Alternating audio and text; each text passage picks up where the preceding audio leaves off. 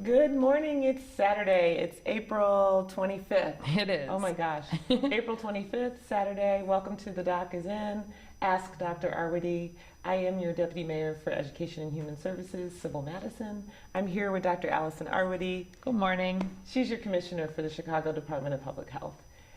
We are happy that you're with us. We want you to know that you can submit questions in the chat box below. You can also send them in through Facebook or Twitter using the hashtag AskDrArwady. Before we get started, let's check our social distance. Really important to do, especially for us essential workers who are still in and out of places and spaces. Also important for you if you happen to be at home and you're not feeling well to keep that social distance from your loved ones, even inside of the house. Dr. Arwady, why don't you kick us off with an update on where things are? Sounds good. And even before I do that, let me just preview for you that we'll be taking tomorrow off, but on Monday, we're going to have Dr. Stephanie Black with us. She is a very experienced, really one of our top infectious disease doctors at the Chicago Department of Public Health. She's really been leading on this response in terms of the work that we're doing in long-term care facilities and in homeless shelters and in jail and in the general population. She leads a lot of our case investigation, contact tracing teams, works with the epidemiologist. So it'll be a really good opportunity on Monday to be putting in all of your questions about what does CDPH do anyway? What does the science of this look like? So even if you want to put some of those in advance, we'll get them queued up and be ready to have a really good conversation on Monday. It will be great for people to meet some of the folks on your team. Yes, we're actually going to have, we're planning to bring 2 different people in over the week from the Chicago Department of Public Health and keep doing that. People who are playing different roles in the response so that you'll have a chance to actually ask them in detail, like what are all the pieces that we're working on and how does that play out? So let's look at our data. As always, chicago.gov/coronavirus is your best stop for all things data. And right up at the top, there is a tab called Latest Data. Every day, we update it with all kinds of new information. And actually, the team has been building out some really exciting, much more interactive data. And so there's something called the Chicago Data Portal, where you can go and download data, you can look at maps, you can pull more information. We've got some COVID data up there. I think next week we'll probably show it to you in some more detail. But if you want to already take a look, it lets you look at neighborhoods over time. It lets us see what the % positivity is of all of the tests that have been done in a given neighborhood in a given week. What have the positives look like? We use some of that data as we're driving our response in conjunction with the Race Equity Rapid Response Team, for example. And we want you to look at this and use it and think about it. So we are at 16,200 cases now of lab-confirmed COVID-19 among Chicago residents. We're also at 697 deaths among Chicago residents. That was an increase of 801 cases and 36 deaths since yesterday. We continue to be on that flattening the curve. If you go to the website, you'll see updated graphs related to that, but we are still not on the way back down yet. Illinois is at just under 40,000 cases. They're at 39,658. That would include the Chicago cases, and 1,795 deaths, again, including the Chicago deaths. And you might have noted that we have more testing information up online. So we have geographies of testing. We report out on race ethnicity related to testing. We've really been paying a lot of attention to increasing testing, making sure it's getting to settings where it most needs to be. I talked yesterday about some of the work that's been happening to get more broad testing, especially in these what are called congregate settings, where people live together, if it's a long-term care facility, a homeless shelter, et cetera.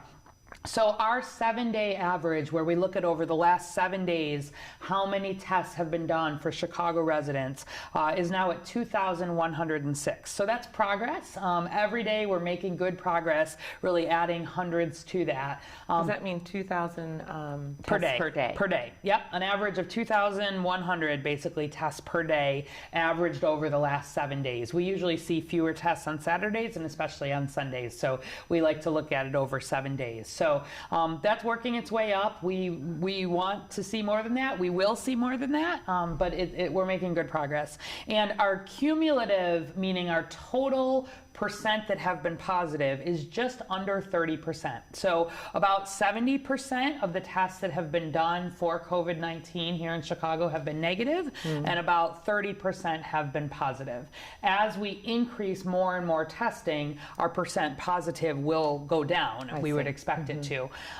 But it's a way of understanding kind of how our testing rates also fit into these overall case counts. And as you know, we track hospitalizations and ICU data and deaths, and when we look at the curves there, if we need to correct the overall case count for some of these testing numbers, we do that. Dr. Arwady, yes.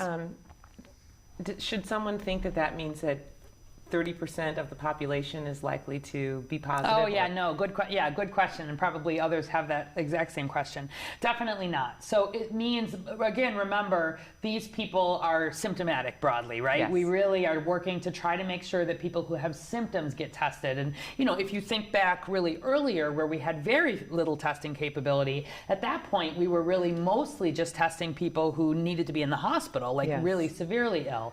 Now that we're testing more people who have symptoms, still what we call the, here's some epi for you, the positive predictive value, meaning how likely is it that you will be positive if we test you for COVID. If you think about, if you are only testing people who have symptoms that would go along with COVID, the likelihood, the positive predictive value that your test will be positive will be much greater than this. So although 30% of our tests have been positive, my estimate would be probably still less than 10%, would be my guess, of people in Chicago, have been exposed to or have been infected with COVID. Probably even quite a bit less than that. It's one of the biggest questions that we'll be answering, but we'll be answering that question more with the antibody testing, right? Yes. That we've talked about. When that is a little more validated, a little more fully available, that's when we'll really be able to get a sense at a population level of who has been infected, whether they were tested or not, and what the response to that has been. Okay, thanks. Yeah. I think the other things I would note is just that we obviously continue to follow the demographics, the age, the gender, the race, ethnicity of our cases. And you can look up the details there, as well as of our deaths. We talk a lot about the deaths. Obviously, they represent the most tragic outcome of COVID-19 here in Chicago, and it's where we've seen a lot of differences. And so we continue to really see older people in Chicago very disproportionately dying of COVID. Again, these are folks who are more likely to have the underlying conditions, but age itself is such a risk factor. And so if we look, 78% of our deaths have been in people over 60. Wow. So almost 4 in 5 deaths have been in people over 60, even though fewer than 1 in 5 Chicagoans is over the age of 60. And if we look at people over the age of 70, 60% of our deaths have been in people over the age of 70, even though only 8% of Chicago's population. So, really, really, unfortunately, seeing this hit our older population. And, we continue to really see one of the very few pieces of good news from the beginning of this pandemic has been that, by and large, young people are much less likely to get severe infection or to die. It happens. So I don't want, the last thing I want is people to think I'm young, I'm healthy, I don't have to worry. But if we look at our deaths among Chicago residents, for example, we've had almost 700 deaths. We've had 0 that have been attributed to COVID in people who are under 17, and we've had 4 who are between 18 and 29. So, it can happen, but if you compare that to the 419 who have been over the age of 70, and in the people who have had COVID in that 18 to 29 age group, just 0.6%, so less than 1 in 200 of those people have died, as compared to almost 1 in 20 of the people over 70 who have had it, who have died. So, that continues to be a relative piece of good news. We still are seeing seeing men die more than women. 62% of the deaths have been in men as compared to 38% in women. We've talked quite a bit in the past about why that is. There's some differences in the immune system, so there's some really inbuilt sort of genetic differences. There's differences in behavior. There's differences in the way essential workers are playing out in this role. Differences in things like smoking rates and how well underlying conditions are to start with. So we continue to see that. And then when we look at our race ethnicity data, among the 697 deaths, there are 21 still that the team is working to follow up and make sure we have accurate race ethnicity data for. So about 3% we're still working on. But otherwise, 56% of our deaths have been in Black, non-Latinx Chicagoans, as compared to, again, that's 30% of the population. About 20% now have been in Latinx Chicagoans, and about 18% in white, non-Latinx Chicagoans, and about 6% in Asian, non-Latinx, and about 1% in other. 91% right now of our deaths are in people who have underlying conditions. Still continues to be led with diabetes, hypertension, lung disease, severe obesity, especially what's called a body mass index over 40, has also been shown to be a risk factor for severe illness and for death. And it's one of the ones we're learning some more about and really looking at. So I encourage you to take a look. Maybe we'll quickly look at two maps. These, again, we're updating 3 times a week, but this just shows you across Chicago by zip code where we are seeing cases. So as always, the darker blue represents where we are seeing more cases. So the zip codes that are in the darkest blue have had between 541 and 707 people diagnosed with COVID, whereas in the very lightest areas, we've had between 3 and 45 people.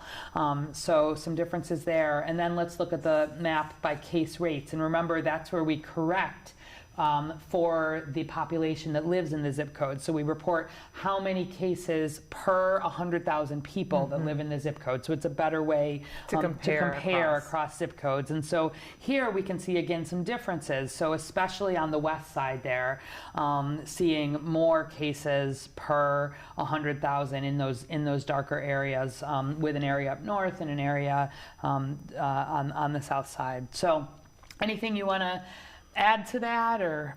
No, I mean, I'll say again, for those who don't know, we have put together a racial equity rapid response team in partnership with Westside United. Westside United works with many of those communities. They work with 10 communities on the west side with a real focus on just getting rid of that life expectancy gap. Even all the time, before COVID. Before COVID, this has been their focus. So we're partnered with them. We're working in these communities, and in particular in 3 communities that have seen high rates of mortality, actually, Austin, Auburn Gresham, and South Shore. And so right now, there's a town hall meeting happening with community members from Auburn Gresham, and virtual. And it's a virtual town hall meeting. People are not together. They are all on their phones, or they are also looking at Facebook Live to tune in. And we have one at 1 o'clock this afternoon for those on the west side, particularly those in Austin. And Austin Coming Together is the organization that's hosting that town hall meeting. Yeah, and I know folks from CDPH, participated in the one the other night. Yes, how many people did you had? Yes, so I think that was Thursday. I don't have my days straight, but Thursday there was a town hall hosted in partnership with South Shore Works and the aldermen from that area. And I think there were over 700 people actually who tuned in.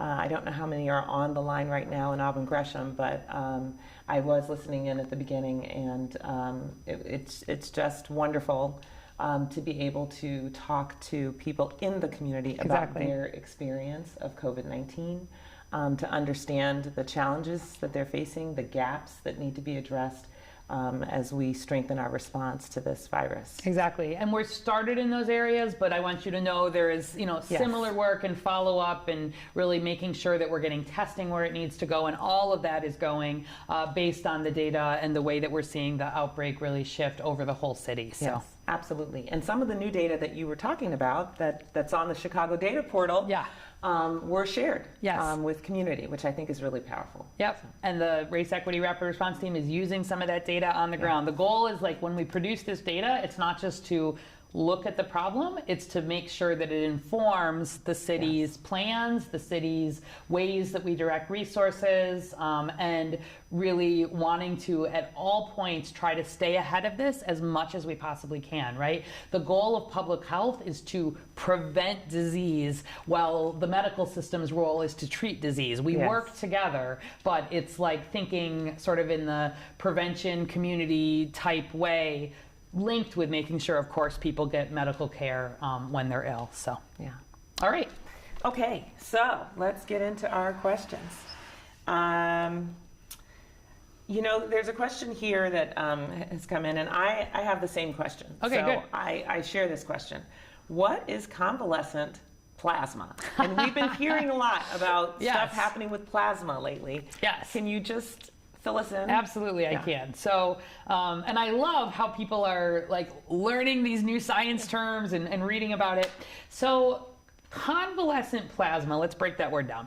Plasma refers to the liquid part in your blood. So your blood is made up of liquid that has mostly water, but also your red blood cells that carry oxygen, your white blood cells that help fight infection, your platelets that help with clotting. The plasma is everything that is not the red blood cells, the white blood cells, the platelets. And so it's all the part that is the water and the liquid, but also importantly, the proteins that are in your blood, and specifically the antibodies that are in your blood. So you remember, right, we hear this term antibody testing, and let's remember the antibody is the protein that the body makes that can help basically identify a virus like COVID or any other invader. And when the virus comes in, the antibody that is in the blood can sort of attack and like envelop the invader and help fight it off. And so your body makes antibodies once you have been exposed to COVID, or if you get vaccinated, it's to help your body make its own antibodies and then basically have immunity, be able to fight it off. It won't make you sick again is the idea. So the idea of convalescent serum is that convalescent means somebody literally has convalesced, meaning they have gotten better from COVID. They have, if you think about that term, you might have heard the term convalescent home. Yes. It's an old term that meant a place where people would go to get better from a disease, to recover. So like there were convalescent homes for tuberculosis, and you would go and you would stay there and you would recover. And so the term convalescent in medicine basically is used to mean someone who has recovered from a disease.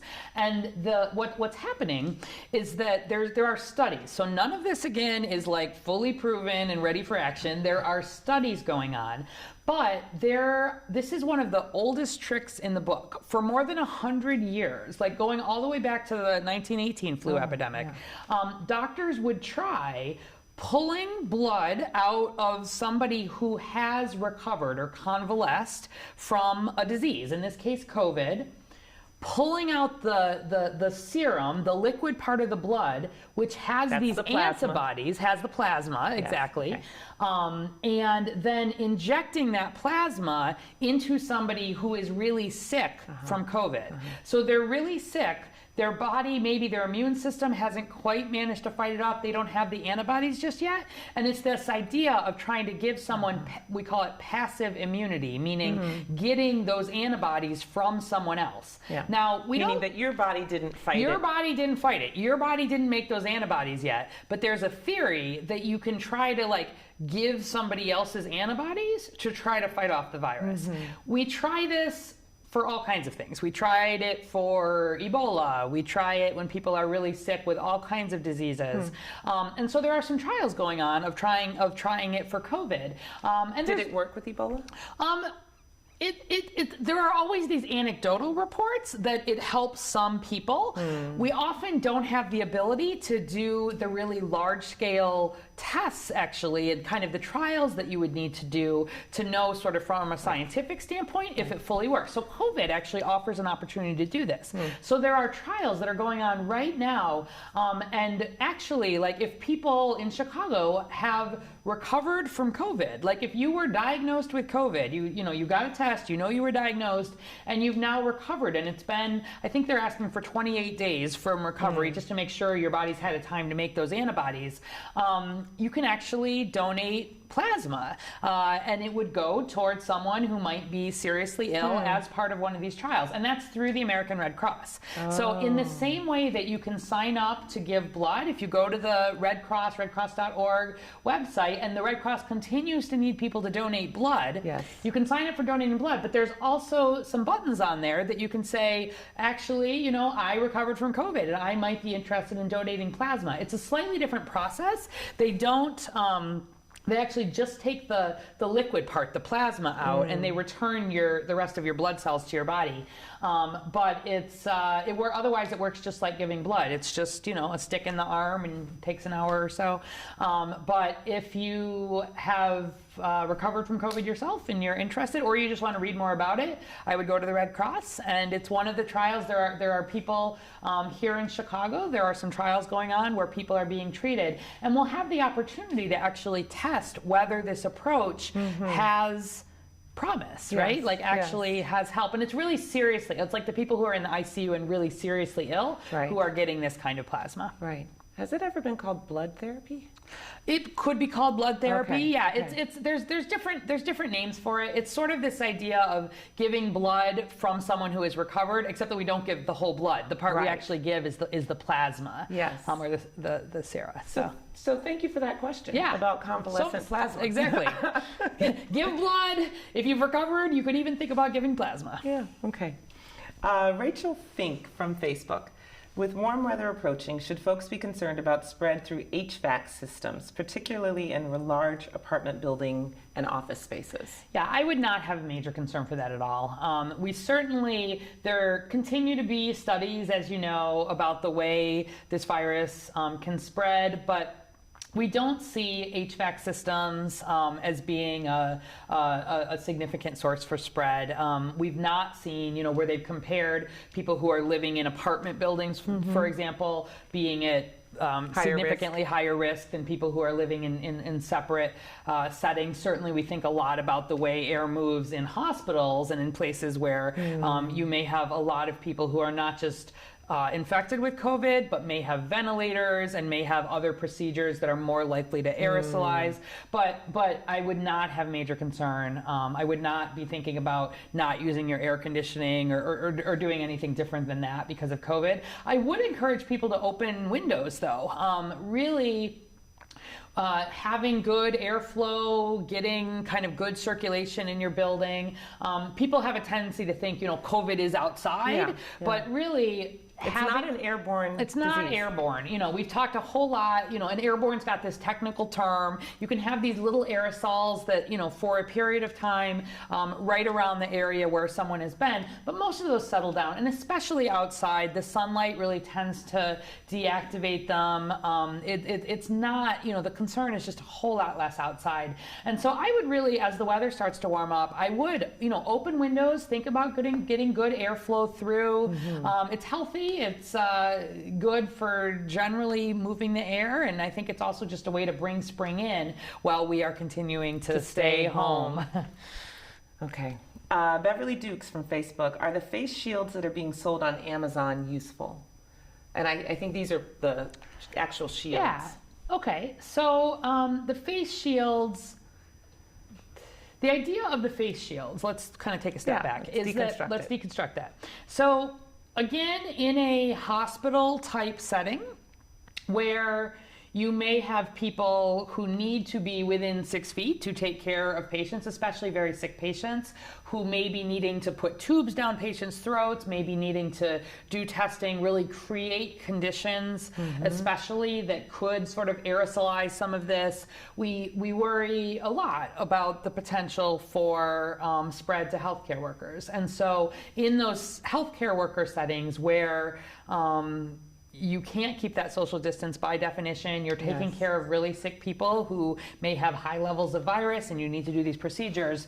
We recommend really using both the special kind of these N95 special masks that have been fitted, wearing the gowns and the gloves, and then wearing some sort of eye protection. So a face shield is one of the kinds of things that people will wear, or you can wear goggles. But again, remember, what is our ultimate goal here?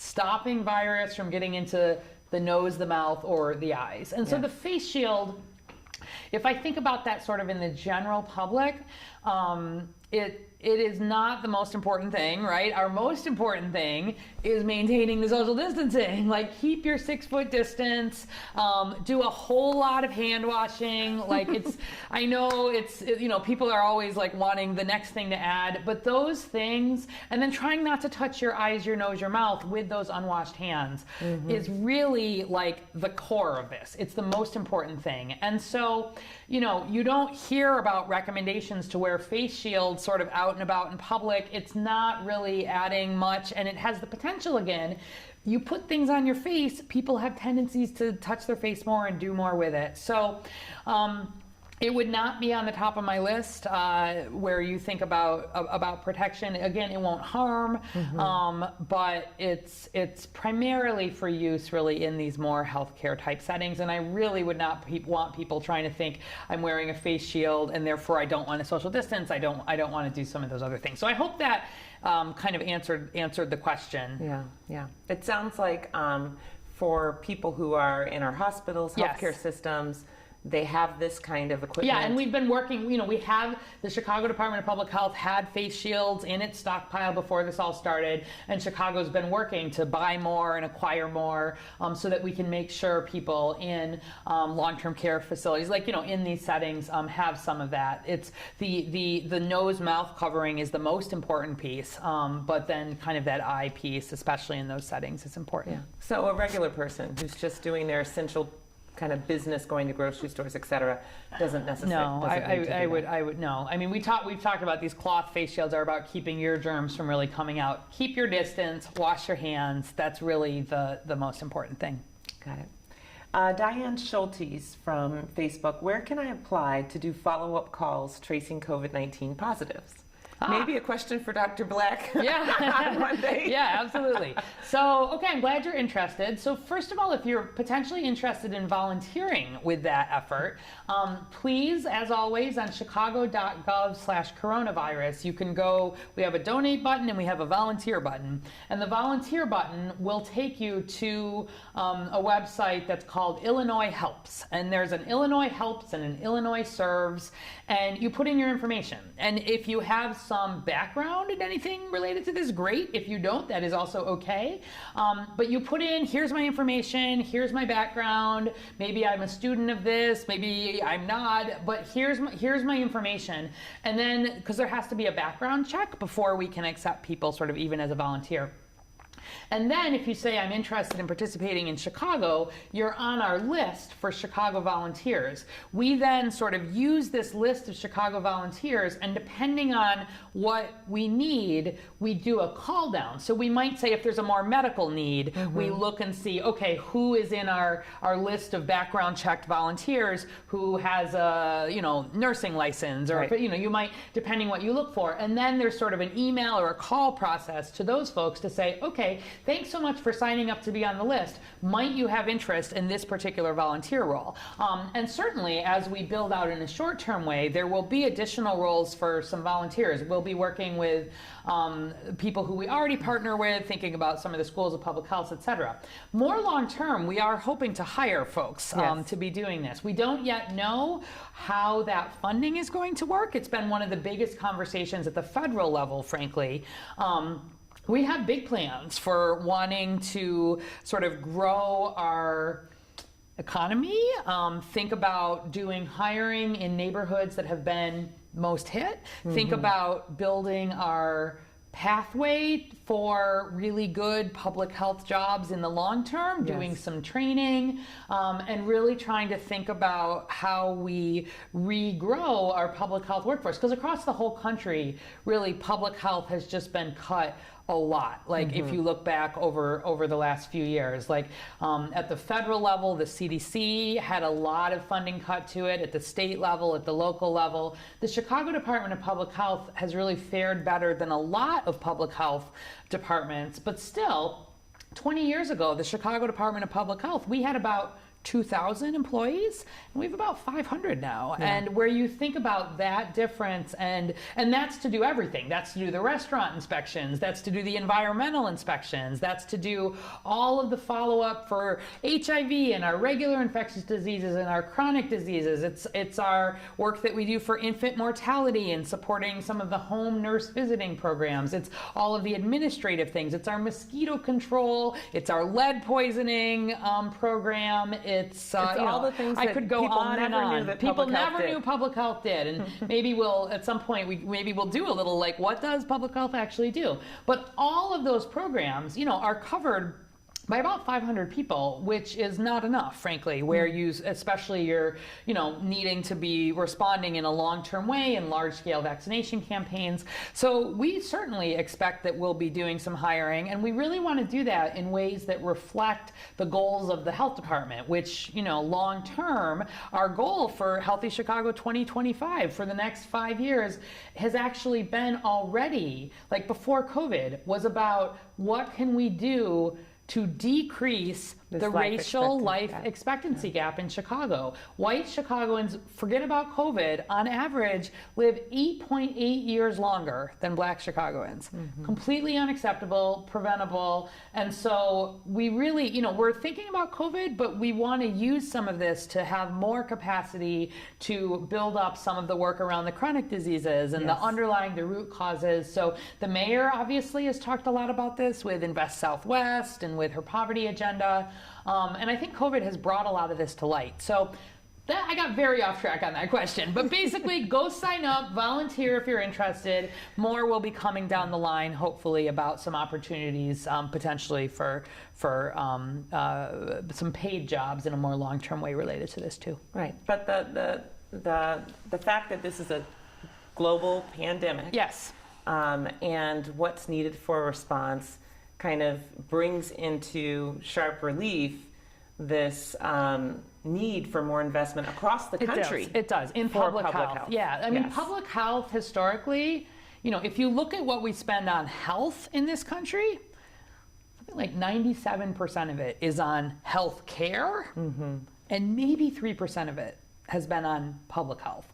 And public health is everything related to the prevention of disease and to the community-based work, and to all of the inspections and everything that we do to try to have a healthy environment and a positive space for living. And so I think people often, when they think health, they think health care. Actually, that's very common.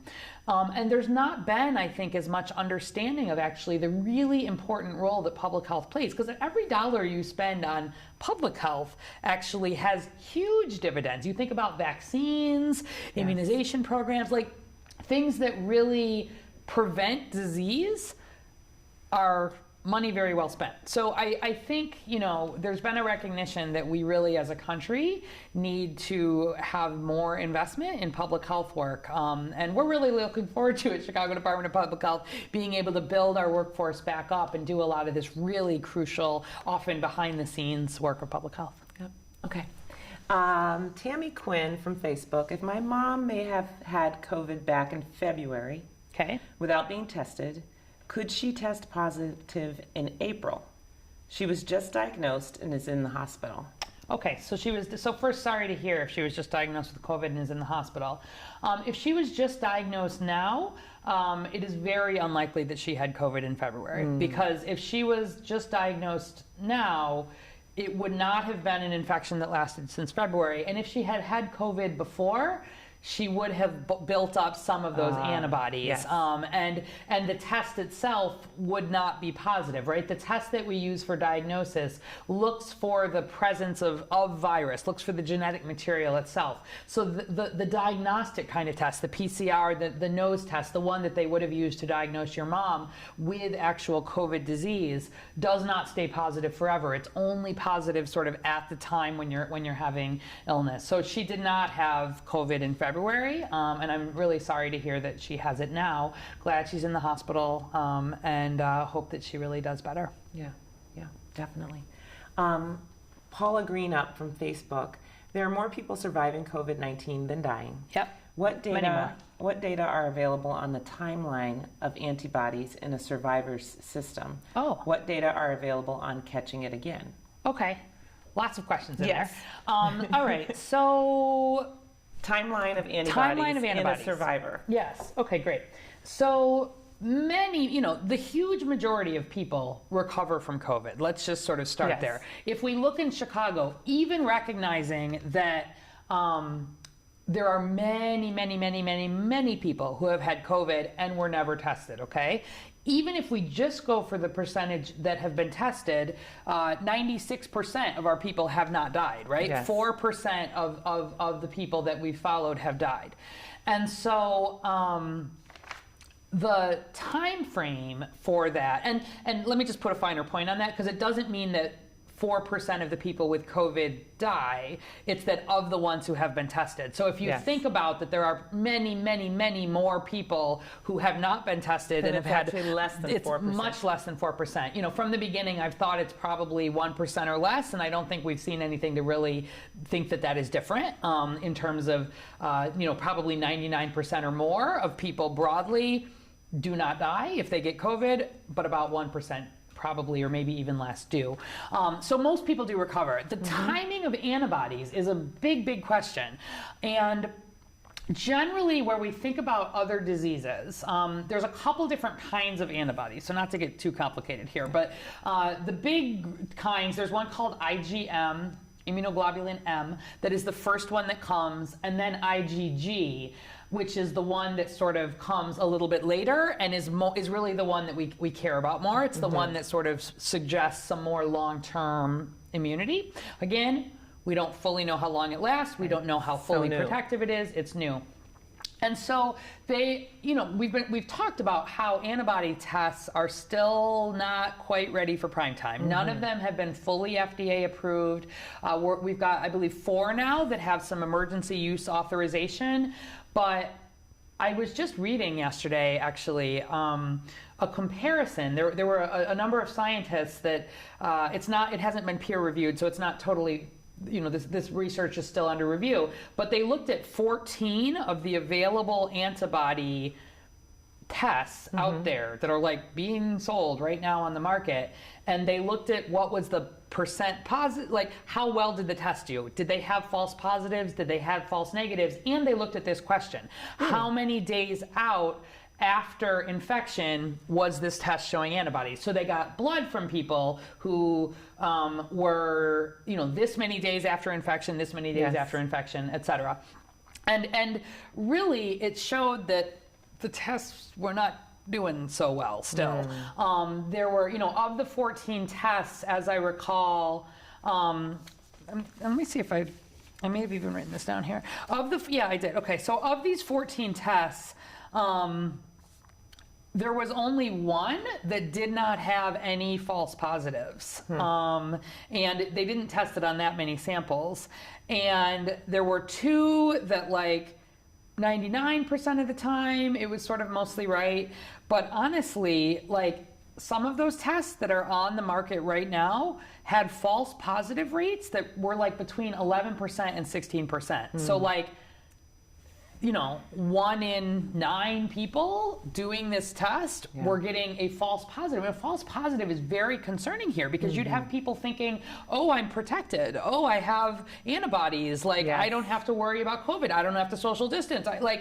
Not good. And then even the ones that were performing a little better had about a 5% false positive rate. And if you think about a 5% false positive rate, when probably only 5% or 10% of our population population maybe even has this, like that is not great. And then the false negatives were even worse. So even like those tests that did a little better on false positives, they had more false negatives. The timing was a little problematic. And so, overall, they did better when you were further out. So overall, they were performing better when you were at least sort of 10 to 15 to 21 days after infection. You really want to wait until you know those antibodies have developed, which is another reason why you don't want people doing these antibody tests too early. Yes. But even they did better further out, but even further out, even looking Still 3 had- weeks out for infection, there were false positives, there were false negatives. They're still they're definitely not 100%, and some of them were really not very good at all. And importantly, it's why actually, if we go back to convalescent sera, or convalescent plasma, that blood, the reason that they're waiting 28 days after infection to collect those antibodies is because they want your body to have had enough time to really build those antibodies up. So it's as you can tell, it's a complicated question that does not yet have a very straightforward answer. I would say broadly, we would probably expect to see that IgM, that sort of first antibody, probably in the sort of 5 to 10 days after infection, and we'd probably see that IgG more in the 10 to 15 to 20 days after infection, but lots of research still ongoing. The biggest takeaway for me when I read about these is just that I don't think we're quite ready to be using them just yet on a population level. Everybody's excited about them, but where you're still seeing a lot of false positives and negatives, we're doing the studies, we're part of it, but I really want to make sure before we're drawing big conclusions, either at an individual level or at a population level, that we've got a test. And some of them perform better than others. Those are the ones that you want to see sort of be on the market. We want those to really be more ready for prime time. So it's coming, weeks, but it's clear you're not comfortable yet. I'm still not, I would not personally, if I took you could sign up through the NIH antibody, that's going to be a great, those will be good results. But if I just took one of these antibody tests from a random clinic here in Chicago at this point, I still would feel not entirely confident about those results. And I would not change my behavior, importantly, yet based on those results. And then the other part of Paula's question, what data are out there on catching it again? So this is related right in this. So there have been a couple of interesting studies, especially South Korea. There was a study that they had, among thousands and thousands and thousands of people, they had about 160, I think, who seemed like perhaps they had a second round of COVID infection. There were still questions, and I think they're still doing the study around, with false positives and negatives. Was one of the earlier or the later tests perhaps a false positive or negative, versus did these people not have a strong enough antibody response? Because if you don't have a good antibody response, then perhaps you could catch it again. And this is where we're still working on the science to kind of understand this.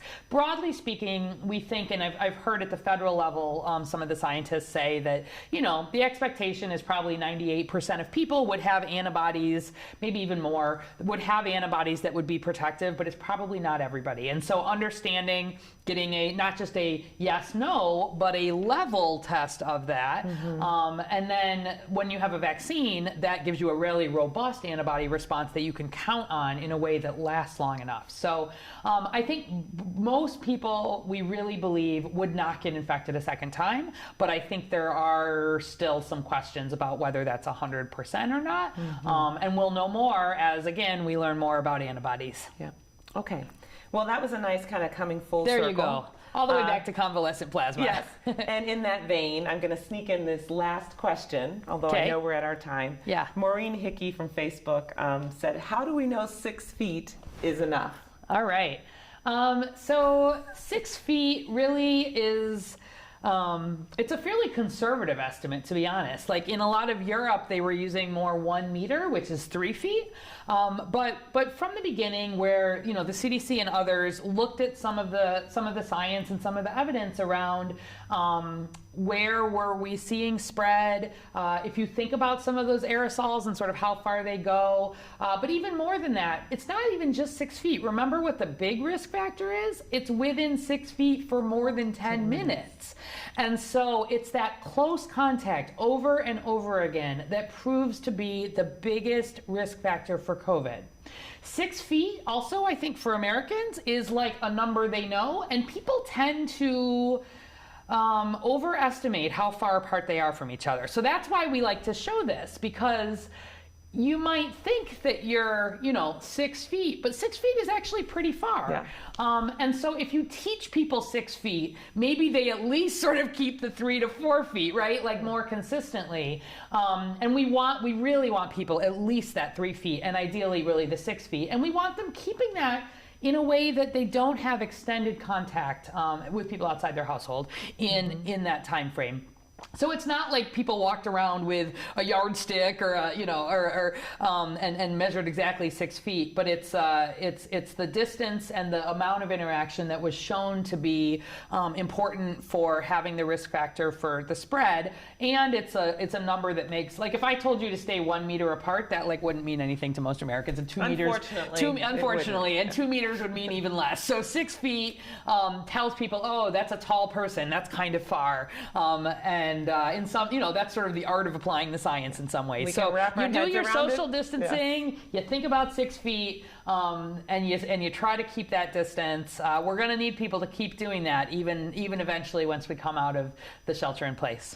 Okay, so we're over time, but we should say a couple of good things. We should. One thing from me, we will not be with you tomorrow, but you can tune in to Mayor Lori Lightfoot's Instagram page. There will be a takeover in support of the Illinois Arts Fund. So I think that starts at 11, our normal time. So don't tune in here, but go over to her Instagram page, and you'll see lots of performances tomorrow. Absolutely. And I think for mine, there are a lot of hospitals that are and healthcare centers that are thinking about how to keep patients connected electronically. And if you think about the fact that there are increasingly people who may not have iPads or video devices or tablets, and maybe they're in the hospital and wanting to talk to loved ones, right? People can't come to visit them. That's right. Or they're in the clinics and they're wanting to follow on. If you've got older tablets that are still in good shape and you wipe their data, you got to have a charger with them so that they're useful.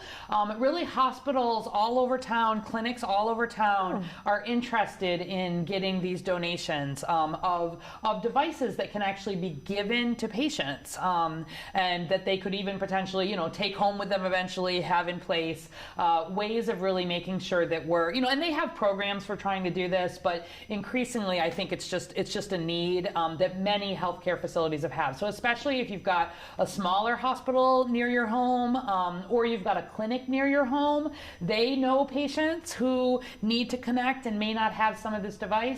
And so definitely, we know you don't want something with a data plan, et cetera, but thinking about places where there is connectivity and how that can be used. We've thought about some of this for school kids, but also for hospitalized patients. It's just a good thing.